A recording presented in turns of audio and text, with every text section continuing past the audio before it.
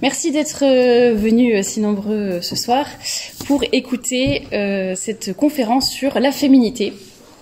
Puisque on en avait discuté de la thématique avec Monsieur l'abbé, de parler de la femme, enfin le rayonnement féminin, à la fois comme un moyen d'épanouissement personnel et en même temps comme un moyen de sauvegarde de la société, puisque c'est pas notre petite personne qui compte, on va dire, mais ça va permettre ensuite d'avoir beaucoup plus d'apostolat, de rayonnement, et finalement on voit que on réagit d'abord, ou en tout cas en tant qu'individu.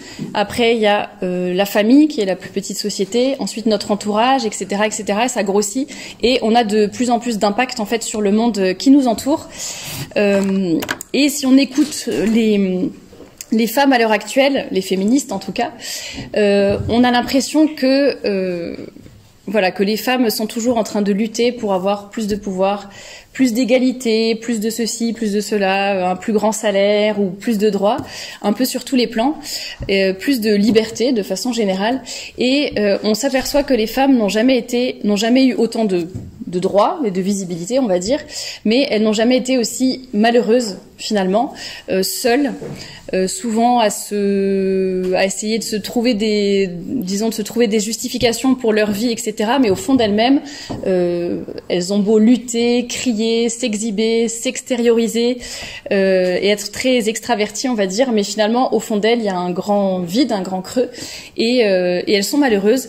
Et je pense que ça vient surtout du fait que finalement, elles n'ont plus de sens à leur vie. Bon, de façon générale, on est dans une société déchristianisée, il y a un grand vide spirituel, mais pour les femmes en particulier, en fait, le féminisme les a coupées ou essaye de les couper de tout ce qui est le plus de leur nature féminine finalement, notamment par rapport à la maternité, et donc finalement les coupe de tout sens à leur vie.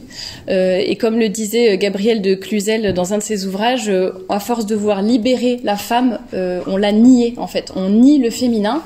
Et dans la société actuelle, pour donner de la valeur en fait à la femme, il faut que la femme ressemble à un homme, que ce soit physiquement, dans ses choix vestimentaires, que ce soit dans les choix de métier, d'activité, de rythme aussi.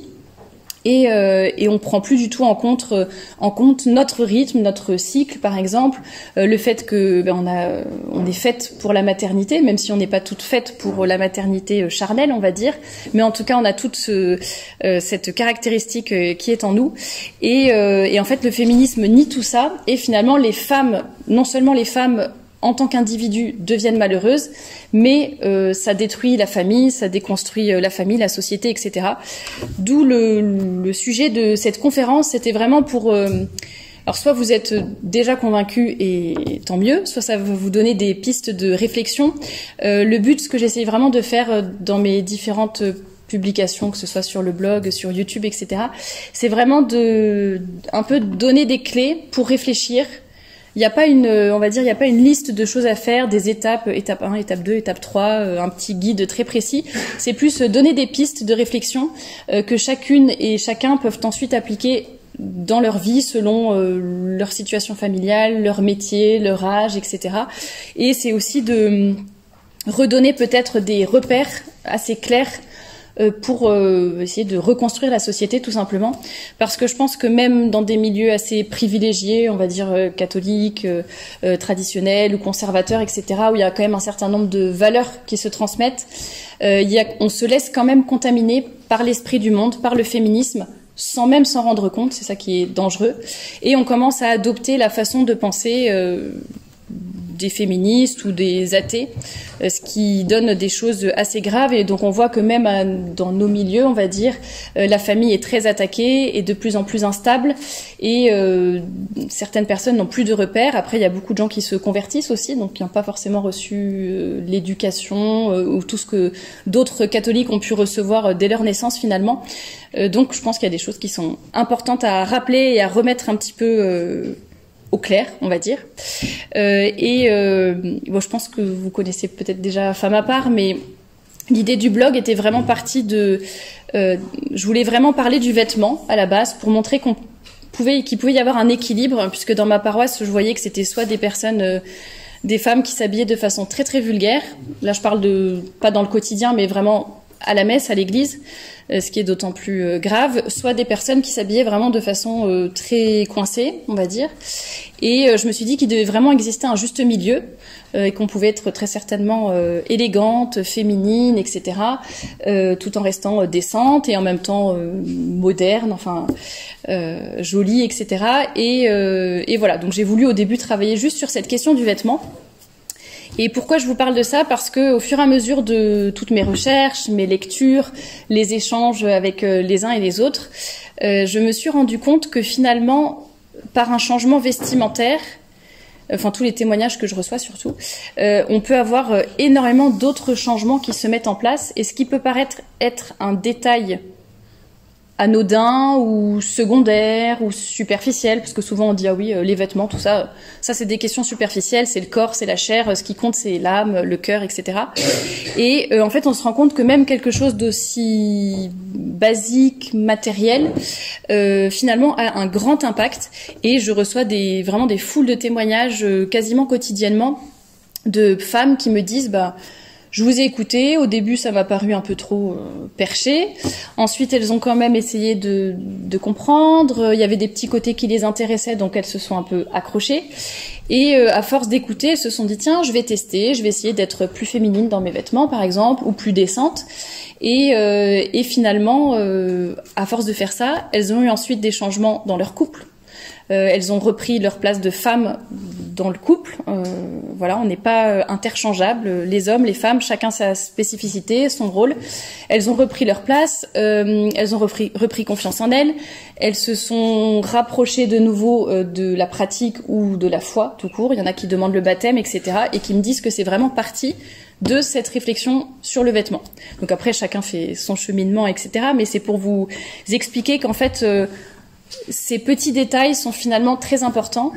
Et pour moi, la féminité doit vraiment se vivre dans tous les aspects de notre vie, après chacune à notre manière, et doit se vivre aussi en collaboration avec les hommes. J'en parlerai après un peu des relations hommes-femmes, mais on doit vraiment arrêter de se voir comme des ennemis ou comme, comment dire, tiens, je veux prendre la place de l'homme, je veux devenir comme l'homme, je veux tout faire comme eux. On doit essayer de se voir en fait comme collaborateurs, tels que le bon Dieu nous a voulu tout simplement. Et en fait, cette quête de la féminité dans tous les aspects de notre vie, même si elle se manifeste de façon différente pour toutes les femmes, de même que chacune a son style vestimentaire, on va pas toutes faire le même métier, avoir le même rythme de vie, les mêmes choix de vie, etc. Mais globalement, on doit mettre de la féminité dans tous les aspects de notre vie.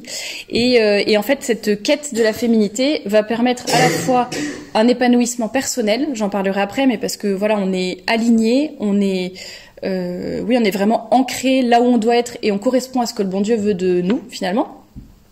Et ça va permettre à la fois donc d'être épanoui individuellement, mais aussi d'avoir un plus grand rayonnement finalement, parce qu'en reprenant notre place en tant qu'individu, on va reprendre aussi notre place dans la société. Et voilà, les hommes, les femmes n'ont pas le même rôle. Les femmes ont beaucoup à apporter au monde, non pas à la façon féministe en hurlant, en étant torse nu dans la rue et je ne sais quoi, mais en reprenant notre rôle de femme, qui n'est pas un rôle secondaire, qui n'est pas un rôle diminué, inférieur ou peu importe par rapport à l'homme. C'est juste que c'est des rôles différents. Et en fait, en voulant être un homme, on va être une moitié d'homme. De toute façon, on ne sera jamais complètement homme puisque ça n'est pas notre nature. Donc, essayons plutôt d'être 100% féminine. Et je pense que ça nous aidera plus à nous épanouir. Alors j'ai du coup juste séparé très facilement la conférence en deux parties, donc plus la première partie sur l'épanouissement personnel et ensuite la deuxième sur la sauvegarde de la société.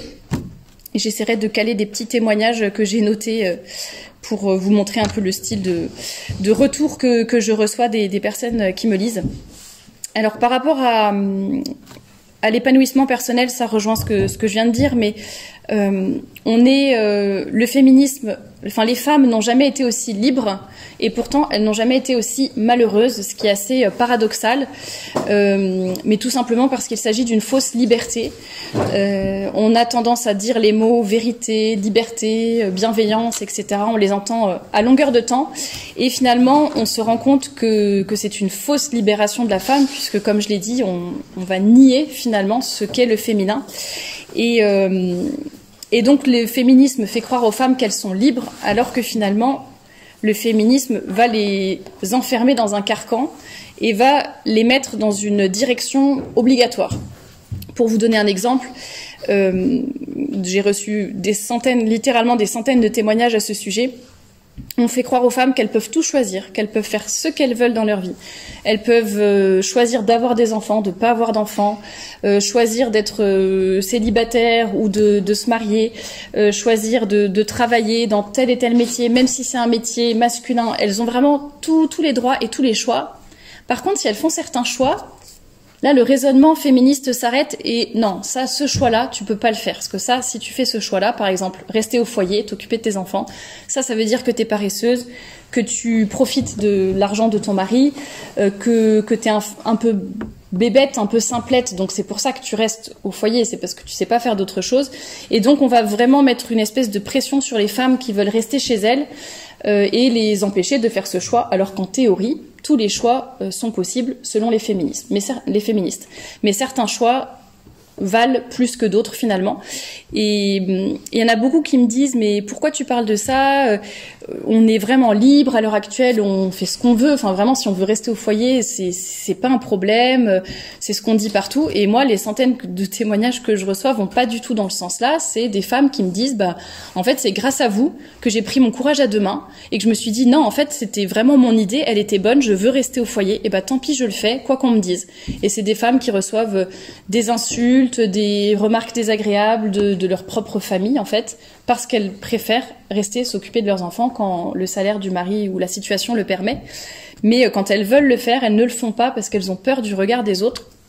Donc ça pour vous dire que c'est vraiment quand même assez ancré dans la société actuelle et que certains choix valent plus que d'autres. Et d'ailleurs c'est Simone de Beauvoir, j'ai pas la citation exacte, mais Simone de Beauvoir dans un de ses livres disait il ne faut pas laisser le choix de la maternité aux femmes, sinon elles vont faire ce choix-là. Donc en fait, il faut les empêcher finalement d'avoir des enfants ou d'avoir trop d'enfants ou de rester au foyer, parce que si on leur propose cette alternative-là, elles vont la choisir. Donc Simone de Beauvoir voulait vraiment interdire en quelque sorte, ou en tout cas vraiment limiter ce choix-là, parce qu'elle savait très bien que les femmes allaient se diriger assez naturellement vers ce genre de choses.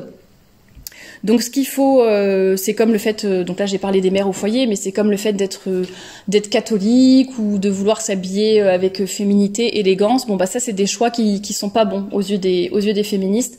Je reçois quand même beaucoup de commentaires, enfin plus trop maintenant, mais j'en ai reçu beaucoup de féministes qui me disaient mais qui es-tu pour imposer telle ou telle chose? Bon, j'impose rien de toute façon, mais qui es-tu pour dire ça ou ça sur la féminité, sur l'élégance? Donc tous les choix vestimentaires sont possibles et acceptables, être en jean, sortir en lingerie, enfin voilà toutes les absurdités qu'on voit à l'heure actuelle. Mais par contre, si on veut être féminine, élégante, ça quand même c'est un petit peu trop rétrograde, c'est certainement le patriarcat qui nous oblige, etc.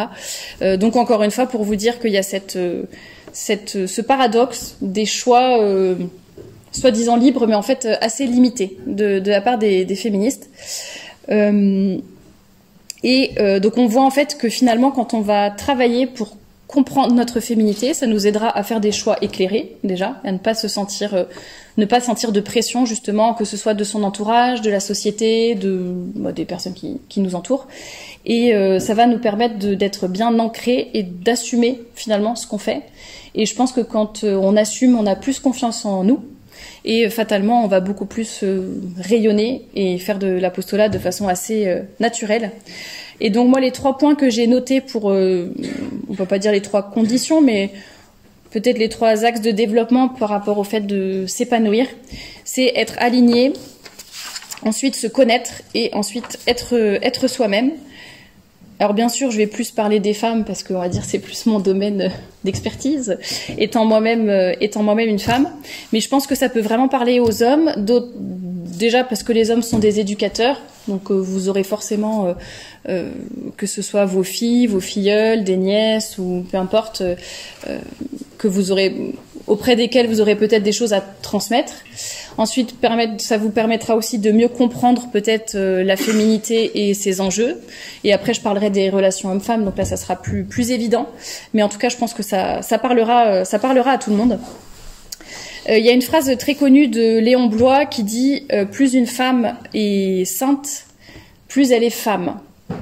Et on peut aussi tourner la phrase d'une autre manière en se disant plus une femme est féminine, plus elle est sainte, puisqu'en fait, plus je vais accueillir ma nature telle que Dieu me l'a donnée, puisque quand on a la tête sur les épaules, on sait que c'est pas nous qui choisissons notre sexe au bout de je sais pas combien d'années, mais c'est à la naissance, on est homme ou on est femme. Et donc plus j'accueille ma nature de femme et plus j'y consens, plus en fait je vais plaire au bon Dieu, puisque c'est la façon dont Dieu m'a créé. Donc plus je vais correspondre à ce qu'il veut de moi. Et qu'est-ce que le bon Dieu veut de moi? Enfin, de chacun d'entre nous. Le bon Dieu veut notre bien. Le bon Dieu veut notre bonheur. Et nous, notre but, c'est de retrouver le bon Dieu au ciel et d'arriver à la béatitude éternelle. Et donc c'est seulement en étant ce que le bon Dieu attend de nous que nous allons pouvoir réaliser cela. Et être bien aligné et nous épanouir plus facilement. C'est comme si on forçait quelqu'un à, faire un métier qu'il est capable de faire. C'est comme si moi on me forçait à être maçonne. J'y arriverais peut-être, hein, je dis pas que j'aurais peut-être les capacités, j'en sais rien, je suis pas très manuelle, mais bon, à force d'entraînement, peut-être que j'y arriverai, mais je suis pas sûre que ça sera le métier dans lequel je vais plus m'épanouir, dans lequel je vais plus pouvoir développer toutes mes capacités, toutes mes compétences. Et est-ce que c'est le métier où je vais avoir le plus de valeur ajoutée? Je pense pas. Donc je vais peut-être m'en sortir, mais peut-être difficilement, et ça va pas spécialement contribuer à mon bien-être, à mon épanouissement. Et donc c'est exactement ce qui se passe dans la société actuelle. On propose un modèle de féminité qui finalement ne correspond pas à ce que sont les femmes, même si, je le répète, il y a beaucoup de façons d'être féminine, ça se déploie de façon féminine, mais il y a quand même des grandes caractéristiques qu'on ne peut pas enlever. Et la première qu'on cherche à enlever à l'heure actuelle, c'est la maternité. Et pourtant c'est ce que Dieu a mis au cœur de toute femme, et là je dis bien au cœur de toute femme. Le bon Dieu a voulu qu'on soit complémentaire de l'homme, et le bon Dieu a voulu que ça soit la femme qui porte la vie. C'est pas très politiquement correct de dire ça à l'heure actuelle, mais donc ce sont les femmes qui portent la vie et pas les hommes. Et alors souvent on parle des femmes stériles, des femmes célibataires, des femmes qui ne peuvent pas avoir d'enfants pour X ou Y raison.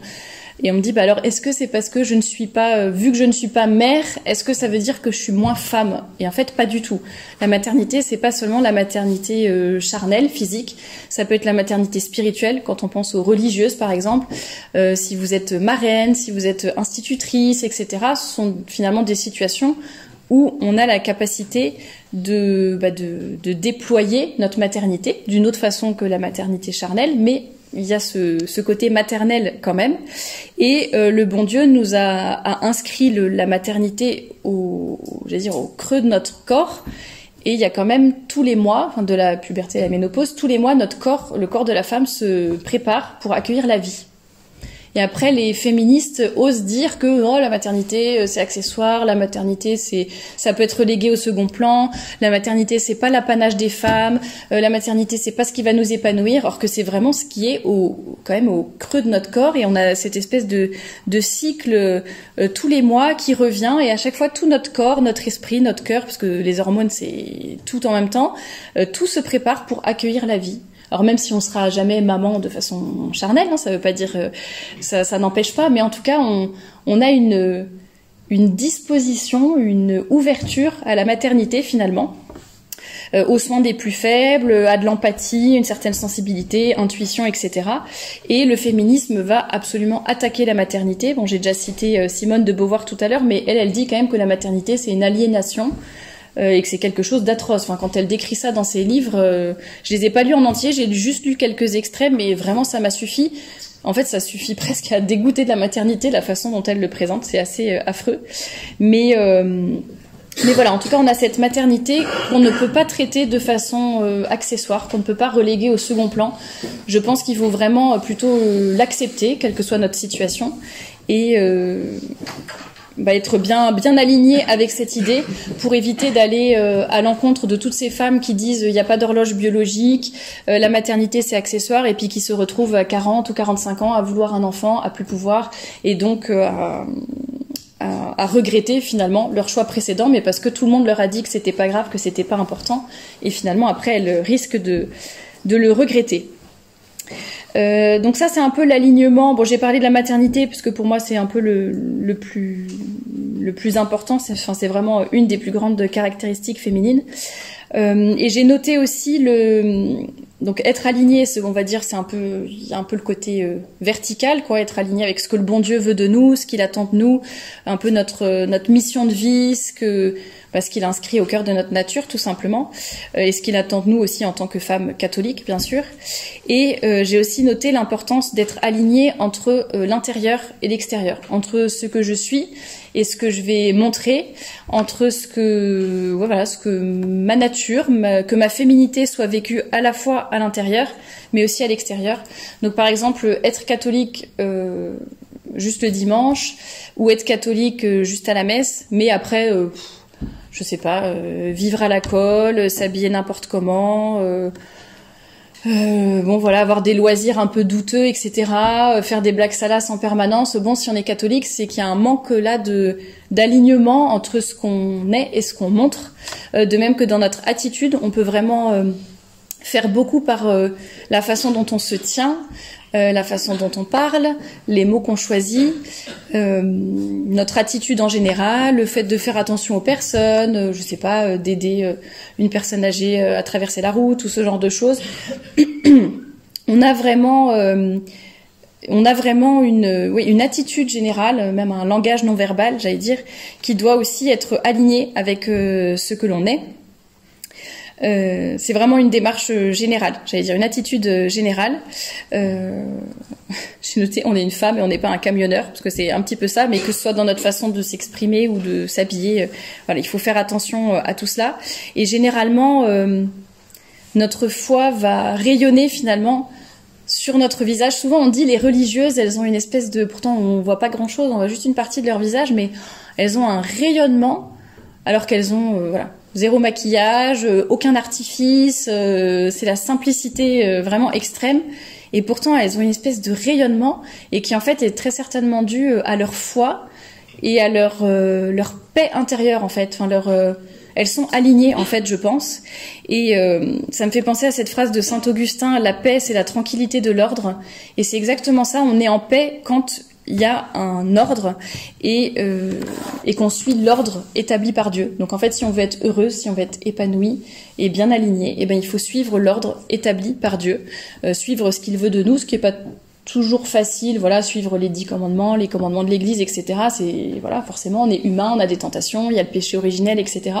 Mais en tout cas, on peut y arriver. Et c'est ce qui va faire qu'on va être heureuse finalement et vraiment épanouie. Et j'avais noté quelques obstacles peut-être pour vous donner des pistes de réflexion, les obstacles à surmonter pour réussir à être bien aligné.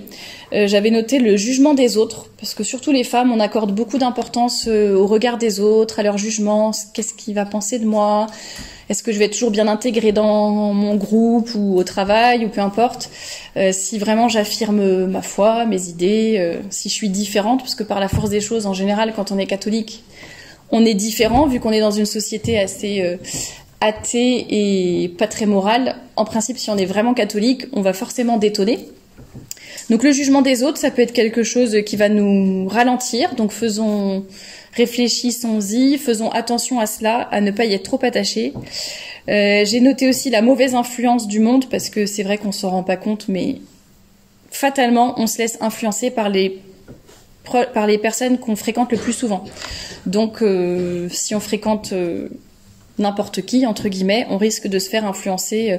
On le voit d'ailleurs dans le langage, par exemple, quand on est dans des groupes pendant assez longtemps, je sais pas, dans le scoutisme ou d'autres choses comme ça, on prend très vite les tics de langage des uns et des autres. On s'influence assez rapidement là-dessus. Il suffit de vivre en communauté. Je sais pas si vous en avez déjà fait l'expérience, mais il suffit de vivre en communauté ou dans une famille pendant quelques jours. Et en fait, on va adopter la façon de parler, les petites expressions spéciales, etc. Donc ça va assez vite de se faire influencer. Et c'est quelque chose auquel il faut faire attention, bien sûr.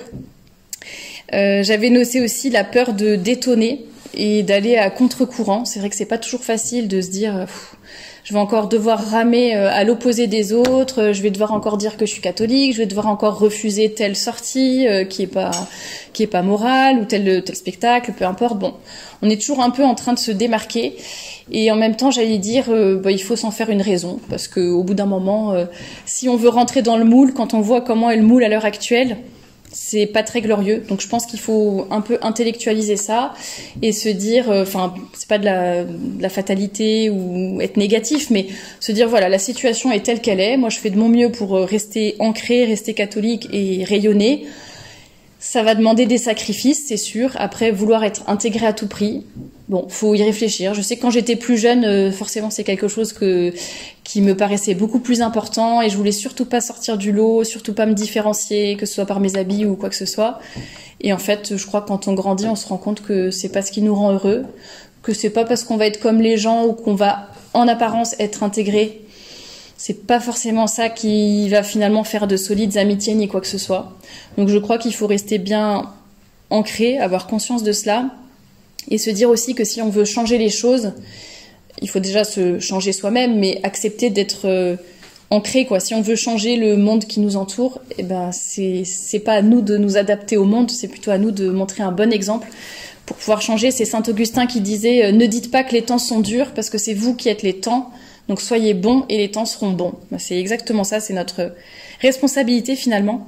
Et puis pour parler un petit peu du vêtement, comme je parle de l'alignement entre l'intérieur et l'extérieur, il faut que notre vêtement finalement reflète nos idées, notre foi, notre caractère, notre sexe aussi. Bien sûr, si on est des femmes, on ne s'habille pas comme des hommes. Si on est mère de famille, on va peut-être pas s'habiller comme quelqu'un qui va au bureau dans une grande entreprise à la défense. Enfin, je dis un peu ça comme ça, mais voilà, on n'a pas toutes le même style, les mêmes activités, les mêmes morphologies, tout ça c'est hyper important. Et en fait, on peut faire passer énormément de messages grâce à nos vêtements. Ça va déclencher des conversations, ça va faire que les gens vont vous regarder autrement aussi. Il y a souvent beaucoup plus de respect quand on est vraiment féminine, élégante. Moi, je sais quand j'ai vécu à Paris pendant assez longtemps, et c'est vrai que contrairement à ce que mes collègues racontaient, elles avaient beaucoup d'histoires dans le métro, etc. Et moi, j'en ai eu très très très rarement. Et au contraire, j'avais beaucoup de gens qui m'arrêtaient ou qui me faisaient des compliments sur mes tenues. Non pas que j'avais des tenues spécialement je sais pas, ravissantes ou je sais pas quoi, mais je pense que ça sortait du lot parce que déjà quand on sort du jean basket pour les femmes, déjà ça fait un grand changement, on va dire. On sort des 95% des femmes, des habits des femmes, des choix vestimentaires féminins, et puis si on est un peu décente et qu'on a des habits qui vont à peu près à notre morphologie, à notre colorimétrie, ben en fait assez rapidement en fait on va se détacher, et voilà, ça peut démarrer des conversations, ça peut aider à parler de notre foi, faire de l'apostolat. Donc c'est vraiment il faut que tout soit aligné. Ça c'est des choses que j'explique dans mon livre là que vous pouvez retrouver. Il y a aussi des livrets justement sur vraiment le vêtement, il y a à la fois des pensées très spirituelles presque, j'allais dire, mais c'est aussi des choses très concrètes, quoi. La morphologie, la silhouette, la beauté, les harmonies de couleurs. Il y a plein de choses à développer pour se sentir bien. Et quand on s'habille en fonction de ce que l'on est, de notre morphologie, de notre silhouette, de la colorimétrie, de notre foi, etc., et ben en fait tout va être beaucoup plus facile, beaucoup plus fluide. Et moi, je sais que j'ai beaucoup de personnes qui m'écrivent pour me dire, en fait, avant, je mettais toujours les mêmes vêtements. Et quand elles ont commencé à vraiment, sans se poser de questions, en fait, et quand elles ont commencé à réfléchir au sens du vêtement, au message qu'elles faisaient passer, est-ce que ça leur allait vraiment, est-ce que c'était vraiment décent, etc. Et elles me disent, depuis que je fais attention, par exemple à la longueur des jupes, ce genre de choses, et elles me disent, en fait, c'est tellement reposant de pas être tout le temps en train de tirer sur sa jupe parce qu'elle est quand même un peu courte et en fait inconsciemment on s'en rend même pas compte mais on est en train de tirer, d'être gêné, etc. Et elles me disent maintenant avec la bonne longueur de jupe tout est facilité dans le quotidien et même par rapport à leur féminité elles me disent voilà j'ai beau être au foyer ou à la campagne, vivre une vie assez simple, et bien faire attention à ce genre de choses, ça permet aussi de remonter l'estime de soi-même. Quand on est en couple, c'est important aussi. Et puis même au-delà de ça, ça permet d'être vraiment aligné et de montrer qu'en fait la foi, j'en profite pour le dire, mais la foi c'est pas quelque chose de triste, de déprimant, de sévère. On voit souvent les interdits. J'ai pas le droit de faire ça, j'ai pas le droit de faire ci. Et en fait, il faut voir toutes les possibilités qui s'offrent à nous et tout le chemin que le bon Dieu la route que le bon Dieu va nous tracer. Et en fait, si on reste sur cette route-là, on va être épanoui. Ça veut pas dire qu'il y aura pas des obstacles, etc. Mais au moins, c'est le bon chemin. On y va et on a toutes les grâces du bon Dieu en plus qui vont avec. Et ça, c'est très encourageant. Et donc, même si on a des difficultés, on aura beaucoup de grâce. Alors que quand on essaye de prendre des chemins de traverse ou de faire nos magouilles de notre côté, on va dire, c'est beaucoup plus difficile et on a beaucoup moins déjà parce qu'on est moins aligné, donc on le sent certainement. Et ça va être plus compliqué de plaire à Dieu et de correspondre à ce qu'il attend de nous, tout simplement. Alors j'avais noté ce petit témoignage sur le vêtement justement d'une dame qui m'avait écrit et qui me disait « On dit souvent que l'habit ne fait pas le moine. Eh bien je dois dire que pour ma part, l'habit m'a permis d'aligner ma colonne vertébrale, de sentir ce qu'il y avait de vrai, de juste et de bon. Mon expression vestimentaire a considérablement souligné les valeurs que je porte au fond de moi, créant un cercle vertueux, me permettant de faire jaillir ces mêmes valeurs vers le monde extérieur. » Donc là, c'est très bien exprimé. C'est vraiment à la fois pour elle-même, elle s'est sentie plus alignée, et en même temps, elle a senti qu'elle rayonnait beaucoup plus autour d'elle. Donc bien évidemment, c'est important. La deuxième chose que je voulais vous dire après l'alignement, on va dire, c'est le fait de se connaître. Alors je ne sais pas si je vous posais la question qui pourrait me répondre, mais est-ce que tout le monde connaît par exemple son tempérament, son caractère? Est-ce que tout le monde connaît son langage de l'amour? Est-ce que tout le monde connaît son fonctionnement de façon générale, ses réactions, ses tendances, etc. Et je ne sais pas s'il y a beaucoup de personnes qui s'intéressent à ça, et pourtant c'est des outils très concret, j'allais dire très humain, il n'y a rien de forcément spirituel là-dedans. Et pourtant, c'est vraiment super important de ne pas négliger tous ces outils pour apprendre à mieux se connaître et donc à davantage s'épanouir. J'en ai parlé tout à l'heure du cycle, mais par exemple, il y a beaucoup de femmes qui connaissent pas leur cycle, l'impact des hormones, tout ce que ça peut leur faire au quotidien, comment adapter leur emploi du temps pour vivre mieux avec ce cycle, mieux contrôler nos émotions, nos réactions. Ça, c'est quelque chose... quand on est un peu sous l'effet de nos hormones, parfois on va, je sais pas, éclater en pleurs ou s'énerver très très fort pour quelque chose qui a aucune importance. Et si on ne comprend pas ce qui se passe en nous, si on n'accompagne pas notre corps et nos émotions, ça va être beaucoup plus difficile. Alors que si on connaît tout ça, on va être plus efficace, on va mieux... C'est peut-être pas la bonne expression, mais on va mieux maîtriser notre corps en quelque sorte et toutes nos émotions. Et ça va nous aider au quotidien à être aussi plus efficaces.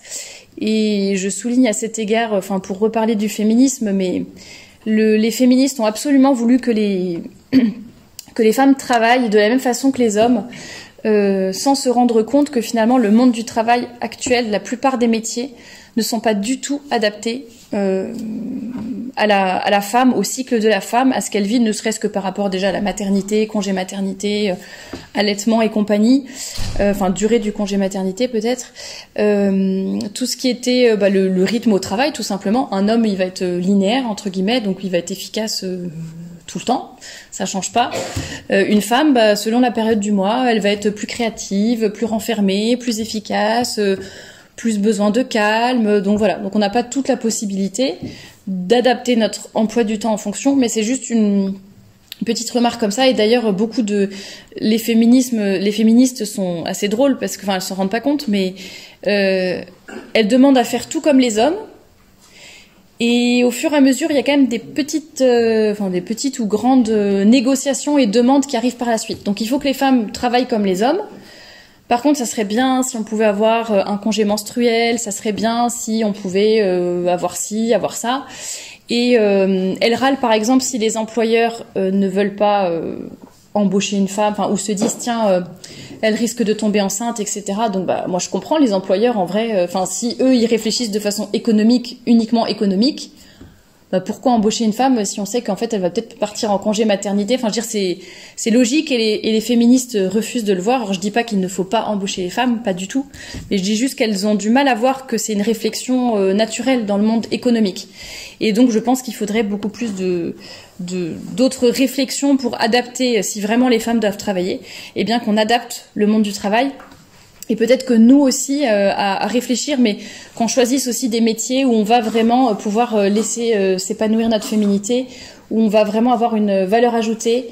Ça, c'est Edith Stein qui réfléchissait beaucoup là-dessus, mais elle disait que, et d'ailleurs je crois que c'est Pie XII ou peut-être Pie XII, le pape Pie XII qui le disait aussi, que le monde du travail n'est pas du tout fermé à la femme, mais que la femme doit se souvenir que sa priorité numéro 1, ce sont ses enfants, enfin tout du moins jusqu'à l'âge où ils ont besoin d'elle, que sa famille devra toujours être sa priorité. Et Edith Stein ajoutait aussi que la femme devrait, pour son propre bien, choisir des métiers dans lesquels elle peut vraiment épanouir toute sa féminité et ne pas se brimer ou ne pas devoir se transformer en homme pour correspondre à tel ou tel choix d'emploi finalement. Donc ça, c'est des choses qu'on peut garder en tête. Je vais pas forcément beaucoup développer sur les caractères et la personnalité, parce que déjà ça sera la thématique du mois de février. Donc si vous vous êtes abonné sur les réseaux sociaux, vous verrez que sur YouTube et sur le blog, on parlera pendant tout le mois de février de justement la formation de la personnalité, du caractère, etc. Il y a beaucoup de livres qui existent là-dessus, donc n'hésitez pas à aller dans la bibliographie du blog. Mais globalement, il y a 4 tempéraments: bilieux, sanguin, mélancolique et phlegmatique. Et chaque tempérament a ses forces, ses faiblesses. Et en fait, si on les connaît, si on les identifie, déjà pour soi-même, on sait ce sur quoi on doit travailler. Et par rapport aux autres, si on identifie chez les autres aussi, que ce soit au travail, dans la famille, etc., ça permet d'avoir des relations plus faciles, plus fluides, plus apaisées, parce qu'on sait que telle personne fonctionne comme ça, que c'est normal, c'est son tempérament, que pour telle personne, ça c'est plus difficile, donc il faut peut-être plus d'indulgence. Enfin voilà, il y a toute cette réflexion. Mais en tout cas, je pense que c'est important de connaître nos défauts, nos qualités pour pouvoir travailler dessus, parce que si on ne les connaît pas, forcément, on va pas pouvoir s'améliorer. Puis ça permet, comme je le disais, d'être plus apaisé, plus efficace. Il y a d'autres outils, il y a le MBTI notamment qui existe, je ne sais pas si vous connaissez, il y a des tests en ligne, donc vous pourrez aller regarder. Pareil, pour voir si on est plus introverti, extraverti, comment on va se ressourcer, est-ce qu'on est plus dans l'émotion ou dans la pensée. Voilà, il y a plein d'outils comme ça pour comprendre comment on fonctionne et peut-être s'accepter davantage et être savoir sur quoi on doit travailler et être plus rayonnante aussi. Parfois, c'est vraiment des toutes petites choses qui peuvent nous aider à avoir plus confiance en nous.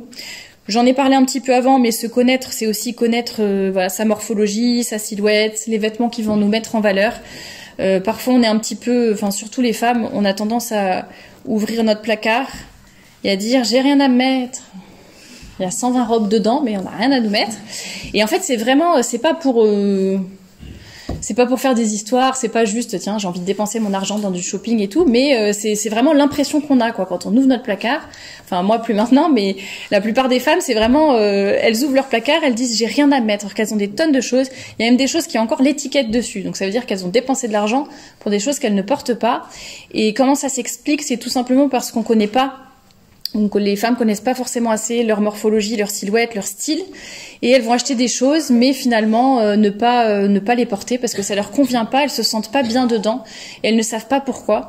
Donc ça, je vous encourage vraiment à définir, à trouver, à chercher quelle est votre morphologie et à vous habiller en conséquence, parce que c'est quelque chose de très facile à faire et qui vous permettra, mais vraiment hyper rapidement, de gagner confiance en vous. Tout simplement parce que la silhouette, c'est une histoire de... Bon là, ça intéressera peut-être un peu moins les hommes, mais je fais une parenthèse rapide. La silhouette, c'est une histoire d'équilibre. Donc en fait, si vous avez une morphologie avec des épaules assez larges et des hanches plus fines, vous aurez donc une morphologie en V. Qu'est-ce que j'ai dit? Oui, des épaules larges. Et donc ça, c'est plus une morphologie masculine, par exemple. Donc vous vous sentirez peut-être pas très féminine, vous aurez un peu l'impression d'être je suis trop costaud en fait, ou à vous sentir trop grosse, alors qu'en fait vous n'êtes pas grosse, c'est juste que il y a un petit déséquilibre de silhouette qui fait que vous avez l'impression, mais c'est pas du tout la réalité. Et en fait avec les vêtements, les couleurs, on va jouer, les accessoires, on va jouer avec tout ça et on va rééquilibrer. On va essayer d'enlever du volume en haut, d'en rajouter aux hanches et ça va permettre d'avoir une silhouette alignée en fait, les épaules et les hanches, en tout cas avec des illusions d'optique. Et en fait, on se sent tout de suite mieux. Ou le fait de souligner la taille. Enfin, il y a plein de petites choses, d'outils très faciles pour avoir moins l'impression de ressembler à un tonneau. Voilà, je le dis parce que je pense que toutes les femmes passent un peu par là parfois. Et c'est des petites choses qui vont donner confiance. Encore une fois, c'est des choses très très humaines, très matérielles, mais en fait, je pense qu'il faut pas négliger, il faut pas se dire c'est que l'esprit, c'est que l'âme, c'est que les choses très intellectuelles qui comptent. En fait, il y a tout. Bien sûr, chaque chose a sa place, mais il y a vraiment tout qui compte, même ces choses matérielles. Et parfois, on a l'impression que je sais qu'il y a beaucoup de femmes qui portent des choses très courtes, par exemple, parce que oui, mais je suis petite ou je suis comme ci, comme ça, donc ça me va pas si je porte des choses décentes. Et en fait, c'est parce qu'il y a un problème de silhouette, de couleur, de chaussures, de plein de choses qui font qu'elles ont l'impression qu'il faut absolument qu'elles soient indécentes pour être jolies, alors que c'est pas du tout le cas. Et pareil, il y a beaucoup de femmes qui, par exemple, portent des pantalons. Alors ça, c'est souvent une habitude déjà. Moi, j'en ai porté pendant très longtemps et ça m'a pas trop traversé l'esprit un moment de me dire tiens, je vais porter des jupes et des robes parce qu'en fait, on a l'habitude, donc c'est le plus facile. Et ce qui est très bizarre, c'est que quand on est en pantalon, on trouve que c'est un assez gros défi de passer aux robes et aux jupes. On a l'impression que ça va être très compliqué. Parce que le pantalon, on se dit, je prends un jean, n'importe lequel, je l'enfile, c'est bon. Je mets un petit t-shirt, un chemisier, peu importe. Alors qu'on a l'impression que la jupe, il va falloir que j'achète des collants, je peux pas mettre les mêmes chaussures. La robe, il faut ceci, il faut cela. Donc ça nous paraît très compliqué dans notre tête, alors que c'est vraiment une étape, voilà, faut juste se lancer. Donc j'encourage toutes celles qui peut-être osent pas ou ne connaissent pas ou n'ont jamais testé, à se lancer en fait et à commencer, à essayer. Et elles verront la différence. En tout cas, moi j'ai beaucoup de témoignages dans ce sens-là de femmes qui disent que ça a changé. Que ça a vraiment un peu changé presque leur vie, entre guillemets. Et si vous voulez tous les outils par rapport à ça, il y en a au fond de la salle. Et il y a aussi sur le blog, vous trouverez aussi pas mal de choses. Se connaître, j'avais noté aussi connaître les bonnes manières. Ça permet de pouvoir évoluer en toute confiance dans la société. Quand on apprend un petit peu les bonnes manières, alors je dis pas savoir recevoir comme une duchesse dans un château, mais connaître les bonnes manières un petit peu basiques, les règles de politesse, comment recevoir chez soi, comment faire si je suis reçue chez quelqu'un, au travail, dans la rue, etc., dans les conversations. Ça peut être vraiment des petits conseils qui vont nous aider finalement à être à l'aise, quelles que soient les personnes avec qui on va être. Et je pense que quand on est soi-même aussi, finalement, j'essaie de retracer par rapport à mon expérience parce que je pense que j'avais pas du tout confiance en moi avant et on le dirait pas parce que je suis devant vous et je parle avec ce micro. Mais je pense que en fait, quand on essaye d'être quelqu'un d'autre et qu'on n'est pas aligné, justement, il y a un petit décalage qui fait que on a toujours l'impression qu'on doit rattraper quelque chose, qu'on n'est pas à la hauteur, etc. Alors qu'en fait, quand on est soi-même, qu'on connaît nos qualités, qu'on connaît nos défauts, eh bien, on va beaucoup plus facilement, se mettre à nu devant les gens, être nous-mêmes, ne pas chercher à jouer un rôle et être, être vraiment tel que l'on est et ne pas avoir peur de dire je ne sais pas.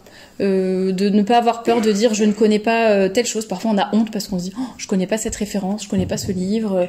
Et on se sent hyper gêné, on a presque envie de mentir en disant oui, oui, pas de problème, je comprends tout. Bah non, en fait, faut savoir dire les choses avec simplicité. Et quand on connaît les bonnes manières, je trouve que ça aide beaucoup à être vraiment à l'aise. Et il y a un petit livret sur les bonnes manières au fond, si ça vous intéresse, avec quelques petits conseils. Donc les outils, les outils pour se connaître, j'ai oublié de vous citer les hommes viennent de Mars et les femmes de Vénus. Ça c'est peut-être plus sur les relations hommes-femmes, mais ça aide à comprendre aussi.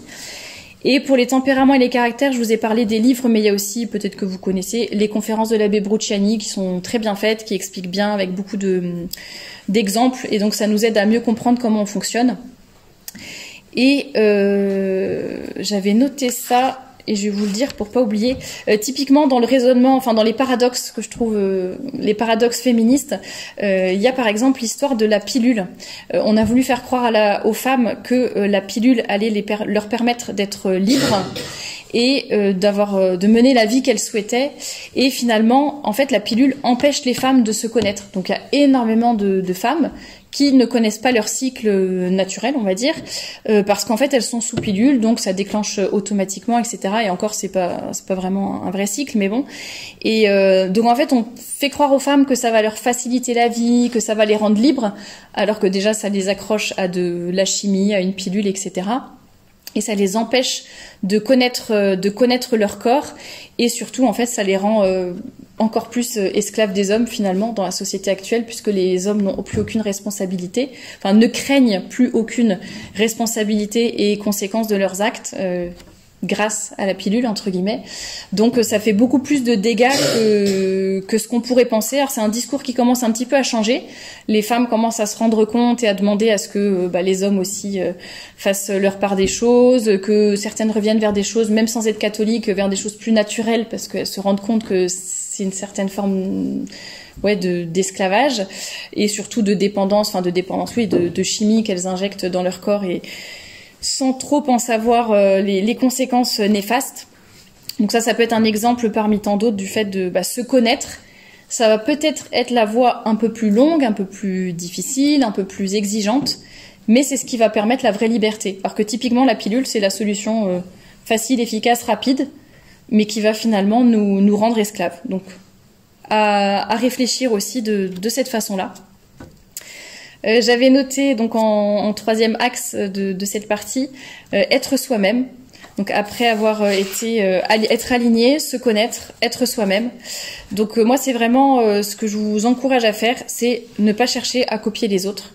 Être vous-même. Donc je le disais, ne pas copier les autres, c'est à la fois ne pas chercher à copier les femmes du monde actuel, mais même dans nos cercles catholiques, voilà, on est toutes différentes, on a toutes notre pierre à apporter à l'édifice, on a toute notre mission de vie, comme dirait Alexandre Diani Navarde, qui a beaucoup écrit sur les tempéraments. Encore une fois, les références sont sur le blog. Et je pense qu'il est important de vraiment s'assumer. C'est pas dans un sens orgueilleux, typiquement féministe. Je suis comme je suis, j'ai mon caractère, faut m'accepter moi je suis comme ça, moi je suis franche, moi je suis ceci, moi je suis cela. On entend beaucoup de femmes et d'hommes d'ailleurs qui disent ça, parce qu'en fait c'est un peu l'échappatoire facile pour ne pas se corriger. Donc moi je suis franche, tu m'acceptes comme je suis, et en fait ça c'est l'autorisation pour être méchante, être indélicate, parler mal, etc. Parce qu'on se dit en fait j'ai pas envie de faire d'efforts. Les gens, s'ils m'acceptent pas, c'est que c'est eux qui ont un problème. Ça, on l'entend beaucoup aussi à notre époque. Donc, je le dis pas dans ce sens-là, mais c'est plus être soi-même pour être à sa place, vraiment bien rayonner et apporter sa pierre à l'édifice. Et une femme qui a confiance en elle, j'allais dire, rayonne vraiment d'une façon particulière.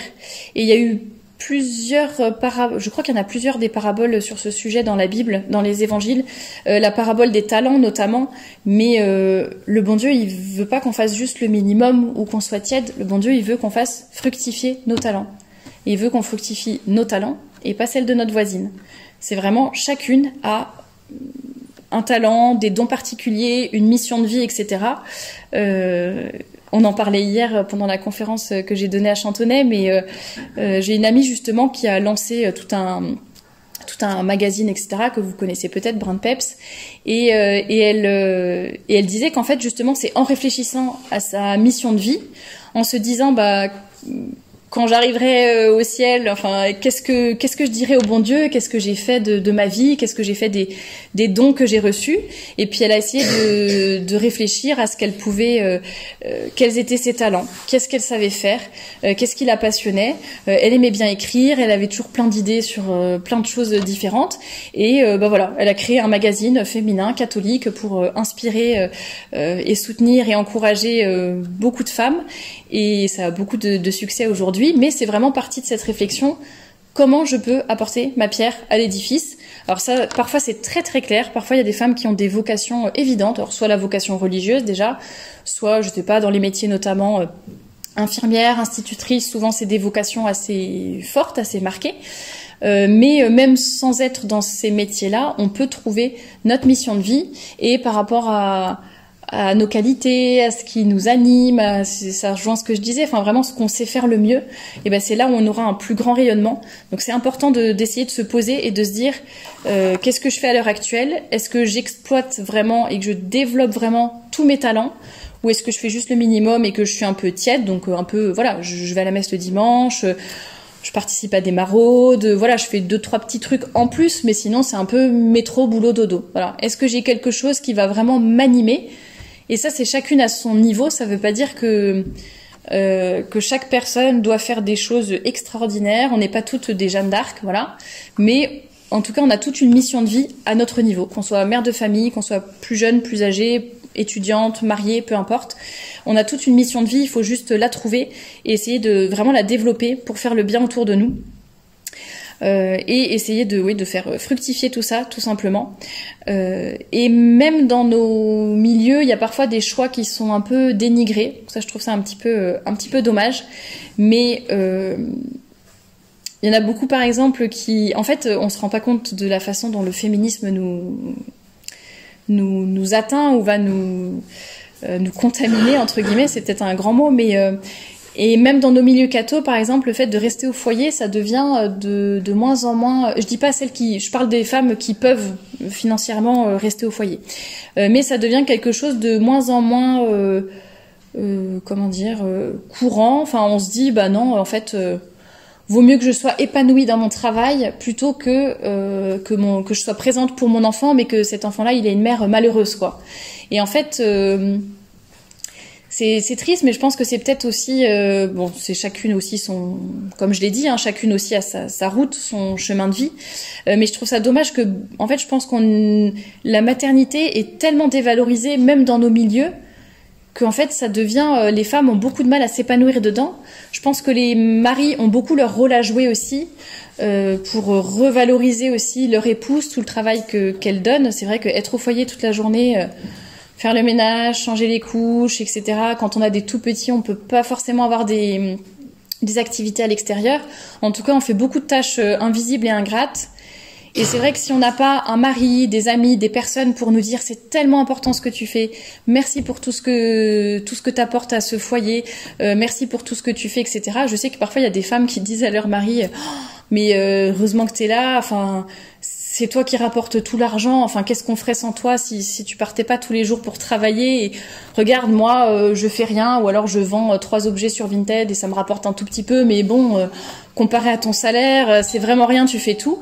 Et finalement on se rend compte que et là le mari a répondu à sa femme dans l'histoire que cette fille m'a racontée, et lui a dit mais en fait toi tu t'occupes des enfants, merci de les éduquer, merci de t'en occuper, merci de tenir la maison, d'en faire un foyer accueillant. Enfin, il y a vraiment toute cette démarche, mais parfois on pense peut-être pas à le dire.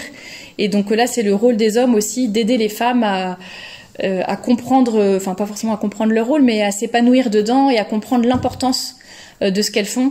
Et pour les vêtements, j'allais dire, c'est la même chose aussi, les compliments, etc. pour aider les femmes aussi à gagner confiance en elles. On a beaucoup besoin d'être aimé, d'être admiré, etc. Pas dans un sens orgueilleux ou vaniteux. Allez, faites-moi des compliments, je les attends. C'est pas ça, mais on a comme un réservoir d'amour qui doit être rempli. Et si ce réservoir il est pas rempli, ça va nous enlever notre confiance en nous, notre rayonnement, on va se renfermer parce que on n'aura pas notre réservoir rempli. Et si le réservoir est rempli, là, on peut faire tellement de choses autour de nous parce qu'on se sentira en confiance, on saura qu'on est aimé, qu'on est respecté, qu'on est admiré. Et ça va être un vrai moteur pour les femmes. Donc, vraiment, il faut essayer d'y penser aussi du côté masculin pour j'allais dire, apporter aux femmes ce dont elles manquent peut-être. Et être soi-même, c'est tout simplement ne pas copier les hommes à tout prix. Bon, j'en ai déjà parlé, que ce soit dans les vêtements, la carrière, etc. Que tout ne devienne pas une compétition. D'ailleurs, compétition qui est très présente entre les femmes et exacerbée complètement par les réseaux sociaux, malheureusement. Et le féminisme veut vraiment extérioriser la femme, veut vraiment la rendre superficielle, entre guillemets, et le monde a aussi beaucoup besoin d'intériorité. Donc je pense qu'il faut apprendre aussi à retourner à plus de vie intérieure, plus de silence quand c'est nécessaire, et plus de pudeur. La pudeur est aussi une forme d'intériorisation. Mais essayons de ne pas toujours vouloir tout dire, tout faire sans aucun filtre. Il y a beaucoup de choses à l'heure actuelle qui sont mises sur la place publique alors que c'est vraiment des sujets d'intimité. Ça veut pas dire que c'est des sujets tabous. Je pense que c'est très bien qu'on parle de certains sujets. Mais tout le monde se glorifie d'en parler d'une façon très ouverte sur la place publique, dans tous les médias. Et en fait, je pense qu'il y a des choses, c'est pas que c'est tabou, mais en fait, c'est juste l'intimité. Donc, on n'en parle peut-être pas à tout le monde de la même façon. Il faut beaucoup de délicatesse, etc. Les femmes, par exemple, qui veulent attirer l'attention sur certains sujets et leur seule solution, c'est des énormes sculptures de certaines parties de leur corps. Bon, je pense pas que ça soit la meilleure façon d'éveiller les consciences ou de faire quelque chose de constructif à ce sujet. Donc, essayons d'avoir peut-être plus d'intériorisation, de pudeur et ça veut pas dire ça veut pas dire qu'on va se renfermer, s'isoler, mais savoir aussi se ressourcer intérieurement, spirituellement, avec le bon Dieu, la méditation, tout ça, l'oraison. Et ça nous aidera aussi à mieux rayonner, tout simplement parce qu'on sera déjà bien aligné intérieurement. Et les obstacles un peu à surmonter pour toutes ces choses-là, c'est peut-être parfois la peur toujours la peur du jugement en fait, et parfois le besoin de plaire qui va vraiment passer au-dessus de tout. Donc je l'ai dit, les femmes, spécialement les femmes, on a besoin d'être intégrées, d'être admirées, d'être aimées, de plaire en fait, de sentir qu'on plaît, mais pas dans un sens vraiment, là je le dis c'est très neutre quoi ce que je dis, mais justement parfois ça va se transformer en vanité, en sensualité, etc. parce qu'on va vouloir plaire à tout prix. Quoi qu'il arrive, on prend tous les moyens pour se faire remarquer parce qu'on a besoin de remplir notre réservoir, donc d'où l'importance de le remplir d'une façon correcte entre guillemets si c'est une bonne image. Mais et puis peur aussi, parfois il y a certaines femmes qui ont peur d'être vaniteuses, qui se disent bah oui mais si je m'occupe je sais pas de mes vêtements, de ma mission de vie, de réfléchir à toutes ces choses-là, je suis un peu trop tournée vers moi-même quoi. Et en fait je pense il faut un juste équilibre évidemment, mais se connaître ça veut pas forcément dire être vaniteuse comme je crois que c'était le père Bateman qui disait l'humilité c'est juste se reconnaître tel qu'on est en fait. Donc avec ses qualités, ses défauts, mais c'est juste l'humilité. Il disait l'humilité, c'est la vérité. C'est exactement ça. Donc bien sûr, il faut faire attention à pas tomber dans l'orgueil, mais en tout cas, on peut y arriver et sans tomber dans ces défauts-là. Et je voulais vous lire un témoignage que j'avais reçu. Pour vous montrer un peu, c'est un témoignage un peu plus global par rapport à cet alignement et après à l'impact que peuvent avoir des petits changements sur ensuite une vie entière. Donc c'est une lectrice qui me dit, une certaine Florence, qui me dit donc qu'elle a été un peu intriguée au début par mes prises de position, celle qui dit ça, et comme elle était quand même en accord avec moi sur pas mal de points, elle a décidé de quand même continuer à me suivre, et elle dit du jour au lendemain j'ai décidé de ne plus porter de pantalon. Donc elle dit ça fait 1 an qu'elle porte des jupes et des robes, et elle dit je vois une grande évolution dans mes vêtements. Et oui, elle parlait aussi de son maquillage. Et elle dit, le changement n'est pas que visuel. J'ai entrepris de lire la Bible que je n'avais jamais réussi à lire et je me suis mise à la prière quotidienne et j'ai découvert le chapelet. Je retiens mes critiques et mes ronchonnements inutiles contre mon formidable mari qui m'accompagne contre vents et marées depuis 20 ans. Donc changement spirituel, changement dans son couple. Et dans ma vie professionnelle, après 12 ans de contrats précaires qui m'ont donné la chance d'avoir du temps pour mes enfants, j'ai enfin pris la décision de changer de métier pour retrouver une stabilité professionnelle compatible avec une vie de famille, ainsi qu'un travail en accord avec mes principes.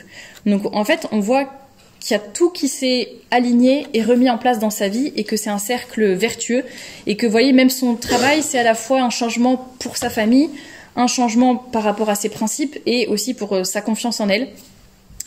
Et elle dit, sans la confiance en moi, retrouvée par mon mieux-être vestimentaire, je ne sais pas si j'aurais osé franchir le pas et sortir de ma zone de confort. Je me sens alignée avec moi-même pour la première fois de ma vie. Et elle dit, mon mari dit souvent qu'il me trouve plus féminine et plus rayonnante.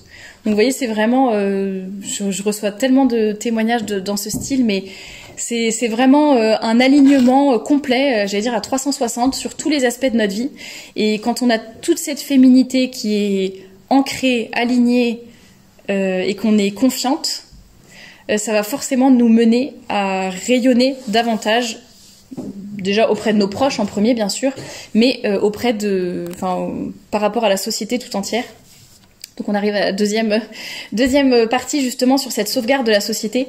C'est Gustavo Corsao qui disait « Plus l'enfant sera enfant, plus féminine sera la femme, plus viril sera l'homme, plus nous aurons l'ordre véritable et vivant qui est le fondement du bonheur des peuples. » Donc on peut dire vraiment que la distinction des sexes et la complémentarité homme-femme est vraiment la base pour des relations fécondes et donc pour une société plus solide en fait et plus construite. On cherche à tout déconstruire à l'heure actuelle et on se rend compte qu'en fait ça détruit tout sur son passage.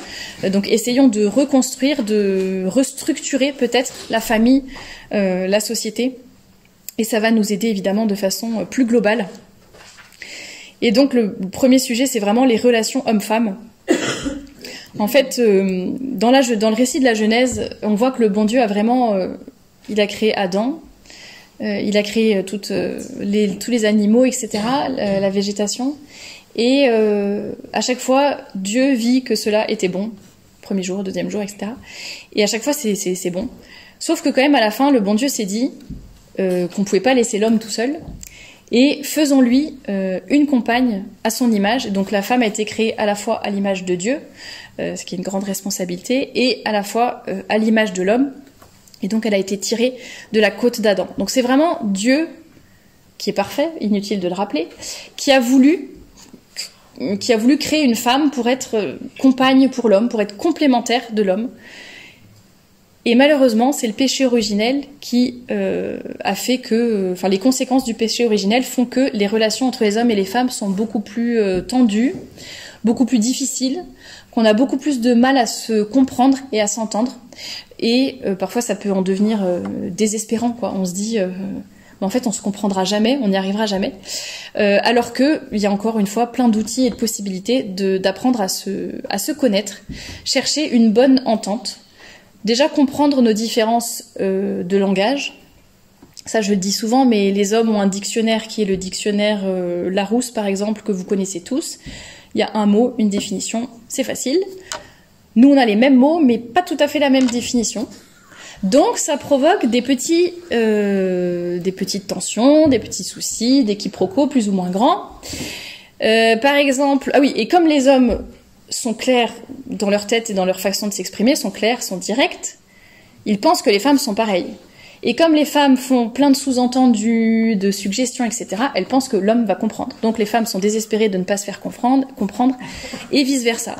Donc par exemple, une femme qui dit à son mari qui rentre du travail « Ah, t'as vu chérie, il y a un nouveau restaurant italien là qui a ouvert en ville, rue machin chose. » Pour l'homme, je donne la traduction, ce que l'homme va comprendre, c'est il y a un nouveau restaurant qui a ouvert. Alors que la femme, ce qu'elle voulait dire en vrai, c'était ça serait bien que tu m'invites au restaurant, ou ça serait bien qu'on y aille ensemble, enfin peu importe. Mais voilà, il y a vraiment ce décalage de langage, on va dire, qui fait plein de quiproquos. Donc, je vais pas faire une conférence sur les relations hommes-femmes, ça serait trop long. J'en ai fait une il y a 2 mois à Clermont-Ferrand et je l'ai mise sur YouTube. Donc, si ça vous intéresse, toutes les différences de langage, de comportement, etc. Si vous voulez approfondir le sujet, je vous invite à écouter cette conférence. Elle est bien sûr gratuite sur YouTube, et à comprendre vraiment ce décalage entre guillemets. Et en fait, quand on comprend, quand on sait comment fonctionnent les uns et les autres, on va chacun faire un pas vers l'autre. Ça veut pas dire qu'on va complètement changer qui on est, mais par exemple, les femmes vont essayer d'être plus claires, plus directes, au lieu de faire un sous-entendu, etc. Dire je suis fâchée parce que telle chose, j'aimerais bien telle chose parce que ça me ferait plaisir. Enfin, faut vraiment qu'on se fasse un petit peu violence, mais après on peut prendre l'habitude, mais se faire un peu violence pour essayer d'être plus clair et plus direct. Et les hommes, de leur côté, peuvent essayer de faire des efforts pour peut-être deviner, comprendre, anticiper, etc. Voilà. Et si chacun fait un effort, on se retrouvera au milieu et ça sera déjà beaucoup plus facile. Je l'ai pas précisé, mais quand je parle des relations hommes-femmes, on pense tout de suite au couple. Moi, je pense dans toutes, enfin, bien sûr, c'est ce à quoi on pense en premier et c'est hyper important. Moi, je pense à toutes les relations hommes-femmes. Donc, que ce soit entre amis, entre collègues, entre, je sais pas, un père et sa fille, une mère et son fils. Voilà, il y a autant se comprendre puisqu'on aura besoin de la traduction dans toutes les situations. Donc, différence de langage, différence sans vouloir trop développer, mais entre l'émotionnel et le rationnel. On n'a pas la même façon de fonctionner par rapport à ça. Encore une fois, c'est très politiquement incorrect de dire ça, mais bon, tout le prouve. Toutes les études, même scientifiques, etc., montrent que la femme a beaucoup plus une façon émotionnelle de réagir aux choses, et l'homme va rester peut-être plus de sang-froid, va rester plus rationnel. Ça ne veut pas dire que les femmes sont bêtes, ou ça ne veut pas dire que les hommes sont incapables d'émotion. C'est juste une grande tendance, on va dire, et une façon de réagir par rapport aux situations. Les femmes, je l'ai dit, vont avoir plus besoin d'être aimées et de plaire. Les hommes vont avoir plus besoin d'être respectés. Donc c'est pas tout à fait les mêmes besoins, donc à comprendre aussi. Différence physique, alors j'ai noté différence physique, j'en ai un tout petit peu parlé, mais donc la femme elle est plus cyclique, bien sûr, l'homme est beaucoup plus linéaire, donc ça joue aussi quand même dans la façon de voir les choses. L'homme par exemple il n'a pas son horloge biologique qui va lui parler, la femme beaucoup plus, donc c'est aussi une différence. L'homme ne va pas du tout réagir de la même façon aux stimuli visuels que les femmes, donc il y a beaucoup de femmes qui ont du mal à comprendre pourquoi, enfin c'est pas la seule raison, mais c'est une des raisons à la décence, à la modestie, c'est notamment par rapport aux hommes. Et en fait, comme les femmes, on ne réagit pas du tout de la même façon, ça va être quand même un petit peu plus dur pour nous peut-être de comprendre à quel point ça peut être un combat pour les hommes, encore une fois de façon générale. Et donc c'est vrai que certaines femmes, ça va les empêcher peut-être de faire des efforts parce qu'en fait enfin c'est pas méchant, mais elles s'en rendent pas compte. Donc essayons de comprendre, d'écouter les témoignages, de se mettre à la place des hommes et de se dire parce qu'il y en a beaucoup qui disent c'est aux hommes d'éduquer leur regard et les femmes, on est libre de s'habiller comme on veut. C'est quand même à eux de faire un effort et de nous respecter quoi qu'il arrive. Mais en fait, je pense, surtout en tant que catholique, la moindre des charités, c'est en fait d'aider l'autre à s'élever, à se sanctifier. Donc la première charité, c'est si on connaît ces faits-là, eh bien autant aider les hommes à rester chastes, tout simplement. Et de même que si les hommes savent que nous, on a plus de difficultés sur tel ou tel sujet, c'est la moindre charité en fait que de nous comprendre, nous aider, nous accompagner, nous encourager, etc. Et voilà, c'est juste, j'allais dire, du donnant-donnant, et chacun cède peut-être sur les choses où l'autre a le plus de mal ou le plus de difficultés. Et une chose vraiment très importante à se mettre en tête, parce qu'on l'a plus à l'heure actuelle, c'est vraiment chercher le bien commun.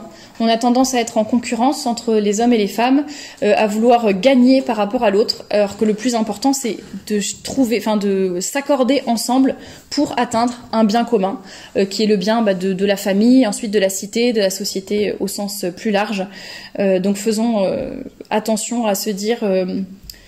Le but, c'est pas de pointer du doigt qui a tort, qui a raison, c'est plutôt de se dire comment faire mieux et s'élever mutuellement. Et c'est le pape Pie XII qui disait « La femme doit concourir avec l'homme au bien de la cité.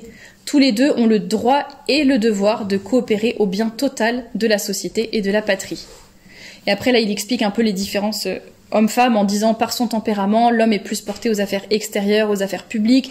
Généralement, la femme a une plus grande perspicacité, un plus grand tact, etc. pour comprendre les problèmes peut-être plus délicats. Voilà, pour lui, c'est la base de toute la vie sociale. Ce qui n'empêche pas que voilà, certaines femmes peuvent aussi prendre part à la vie publique, mais que globalement, chacun a ses forces, ses capacités, des capacités différentes. Et donc, chacun agit selon ses capacités, ses dons, ses facilités.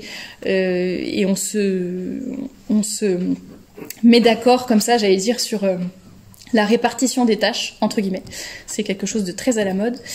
Donc voilà, les relations hommes-femmes apaisées, c'est vraiment le premier point pour reconstruire la société, sauvegarder la société, ne plus se voir comme des ennemis, mais vraiment travailler ensemble au bien commun. Le deuxième point que j'ai noté, c'est suivre l'exemple et le modèle de la Sainte Vierge. Tout nous éloigne finalement de ce modèle. Alors certes, il y en a qui vont dire oui, mais enfin la Sainte Vierge, ça date un petit peu comme modèle. C'était pas la même époque, c'était pas la même société, la même situation, etc. Alors qu'on a tout à apprendre de la Sainte Vierge, toutes ses vertus, son humilité, sa patience, sa pureté, sa confiance en Dieu, sa persévérance dans le travail aussi quotidien, la vie cachée, la vie simple à Nazareth. Donc on a beaucoup de choses à apprendre de la Sainte Vierge et de sa modestie. C'est vraiment le modèle de la mère, de la femme forte et diligente telle qu'elle est décrite dans le livre des Proverbes. Je pense que vous connaissez tous ce livre des Proverbes, la femme qui est l'honneur, je sais plus le nom, je crois que c'est qui est l'honneur de son mari, qui se lève tôt, qui prépare tout à la maison, qui va vendre ce qu'elle fait, elle va le vendre en ville, etc. Et on voit que c'est pas du tout le modèle c'est pas du tout l'idée peut-être que se font les féministes de la femme catholique, soumise à son mari, etc. Ça va vraiment être une femme en fait forte, mais dans le bon sens du terme. Bon, pareil, on a enregistré avec Anne-Claire, la fondatrice de Brand Peps, une entrevue pétillante, comme on appelle ça, sur la femme forte, parce que c'est quelque chose qu'on entend beaucoup, girl power, Wonder Woman, etc. Et c'est vraiment la femme qui nie sa féminité, qui écrase tout le monde. Ça, c'est être girl power, quoi. Indépendante, j'ai besoin de personne, je me débrouille toute seule et puis après je me retrouve seule et malheureuse, mais ça c'est autre chose. Alors que la femme catholique peut vraiment être une femme forte, ça veut pas dire qu'on va être une serpillière, une moins que rien, qu'on va rien entreprendre, qu'on va rester dans notre coin, qu'on va jamais oser réfléchir, développer des idées, etc. Au contraire, la femme forte, enfin la force est une vertu, et donc il faut la développer, mais c'est juste qu'il faut la développer d'une bonne façon, sans vouloir écraser les autres et en essayant de ne pas tomber justement dans les conséquences du péché originel. Et il y a un auteur, enfin c'est une américaine qui a écrit Sauver la femme de la féminité toxique et qui dit que elle dit le démon sait que toutes les marques de l'anti-mari, donc ce qui va contre la Sainte Vierge, donc la rage, l'indignation, la vulgarité, l'orgueil, donc toutes ces marques court-circuitent les plus beaux dons d'une femme, la sagesse, la prudence, la patience, la paix, l'intuition, la capacité à tisser ensemble les différents liens de la société et à avoir une relation profonde avec Dieu. Au lieu de cela, le père des mensonges, donc le démon, promet pouvoir, célébrité, fortune et plaisir vain et stérile. Parce que c'est vraiment ça qu'il faut retenir, c'est que ça va peut-être être des plaisirs sur le moment, on va dire, mais finalement c'est pas ce qui va nous rendre heureux et c'est exactement ce qu'on voit avec le féminisme à l'heure actuelle.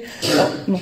Quand je vous dis souvent les féministes sont malheureuses, seules, etc., ça veut pas dire qu'elles le sont toutes absolument. Voilà, mais c'est des grandes tendances quand même qu'on observe quand on lit un peu les médias, les réseaux sociaux. On se rend compte que beaucoup de femmes sont vraiment très malheureuses des choix de vie qu'elles ont faits. Et dans la limitation de la bienheureuse Vierge Marie, l'auteur nous dit gardez au fond de... C'est moi qui fais ces bruits ? Ah, d'accord.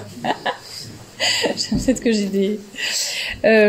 gardez au fond du cœur le nom de Marie et vous serez pareillement consolés. Être aimé de Marie, c'est avoir un trésor. L'amour de Marie éteint le feu des passions et porte à l'âme la fraîcheur des vertus. L'amour de Marie apprend à mépriser le monde et à servir Dieu dans l'humilité. L'amour de Marie éloigne toujours du mal et toujours ramène à pratiquer le bien. Donc c'est exactement ça, c'est prendre la Sainte Vierge comme modèle, j'allais dire comme phare dans la tempête, pour nous guider et nous aider à être des femmes vraiment catholiques, épanouies et rayonnantes. Et puis pour les vertus de la femme catholique, c'était la thématique du mois de janvier. Alors si ça vous intéresse, en livre, il y a la formation de la jeune fille du père Joseph Bateman. Pareil, les références sont sur le blog et qui parle beaucoup aussi des vertus de la femme catholique. Donc si ça vous intéresse, ou alors les diverses publications sur YouTube ou sur le blog par rapport à cela. Et puis juste un peu pour conclure sur l'apostolat, la sauvegarde de la société. Donc pour moi vraiment c'est se changer d'abord, avant de changer le monde. On a toujours peut-être des grandes, enfin déjà vouloir changer le monde ou vouloir reconstruire et apporter des belles choses au monde. Déjà avoir cette intention-là, ne pas se dire tout est fichu, tout est perdu, il n'y a plus rien à faire. Non, se dire je veux à mon échelle aider à faire de l'apostolat, à faire le bien, à redresser la société. Voilà, on a tous à le faire à notre niveau, même si on est mère au foyer, même si on est étudiante, même si on est qu'on a l'impression qu'on n'a pas beaucoup de temps dans notre quotidien, mais rien que par ce que l'on est, on va pouvoir faire beaucoup de bien. Donc vouloir changer, ensuite se changer d'abord avant de vouloir changer le monde, s'enraciner pour ensuite s'élever. On ne peut pas juste partir comme ça à tous azimuts sans être d'abord ancré, sans être d'abord aligné. Faire de l'apostolat, que c'est Saint Jean Bosco, et je crois que c'est Saint Jean Bosco aujourd'hui, il disait « Que de bien pouvons-nous faire rien que par notre bon exemple ?» Donc rien qu'en étant des femmes exemplaires dans tous les aspects de notre vie, on va déjà faire énormément de bien et d'apostolat.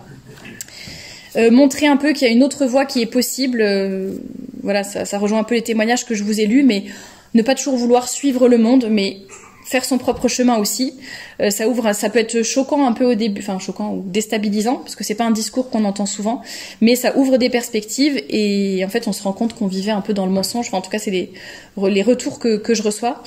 Les métiers, ça je vous en ai déjà parlé. L'importance de l'éducation, je l'ai noté, c'est pour ça que je m'adresse aux hommes aussi, mais je pense que on peut, enfin, si on éduque, il y a un socle commun d'éducation pour les hommes et qu'on soit un garçon ou une fille. Mais ensuite, on doit vraiment prendre en compte les spécificités de nos petites filles et les spécificités de nos petits garçons et les aider déjà à mieux se comprendre eux-mêmes et à déjà mieux se comprendre entre eux. Je pense qu'il y a beaucoup de choses qui passent par l'éducation.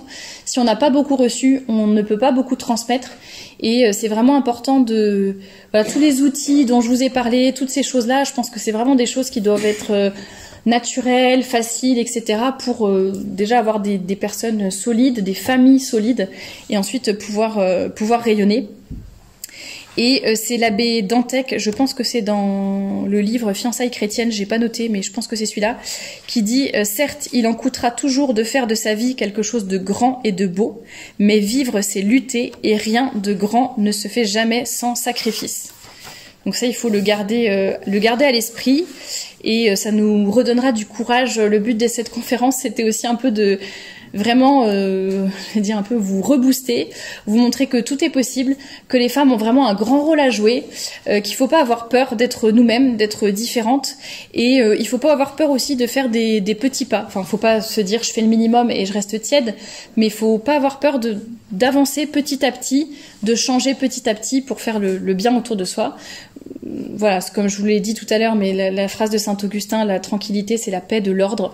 Donc vraiment, c'est tout faire pour correspondre à ce que Dieu attend de nous. C'est ça qui va nous rendre libres. La vérité vous rendra libre. Donc ça rejoint cette phrase des évangiles aussi. Donc ne cédons pas aux illusions du féminisme, à ces fausses promesses, toutes les tentations du démon, mais faisons tout au contraire pour plaire à Dieu, bien nous connaître, savoir ce qu'il attend de nous. C'est ce qui nous aidera à être des femmes vraiment ancrées, enracinées, qui vont s'élever, qui vont élever les autres et qui vont rayonner autour d'elles. Et j'aime beaucoup terminer par cette citation de Sainte Catherine de Sienne qui disait « Soyez ce que Dieu veut que vous soyez et vous mettrez le feu au monde ». Et c'est tout ce que je vous souhaite.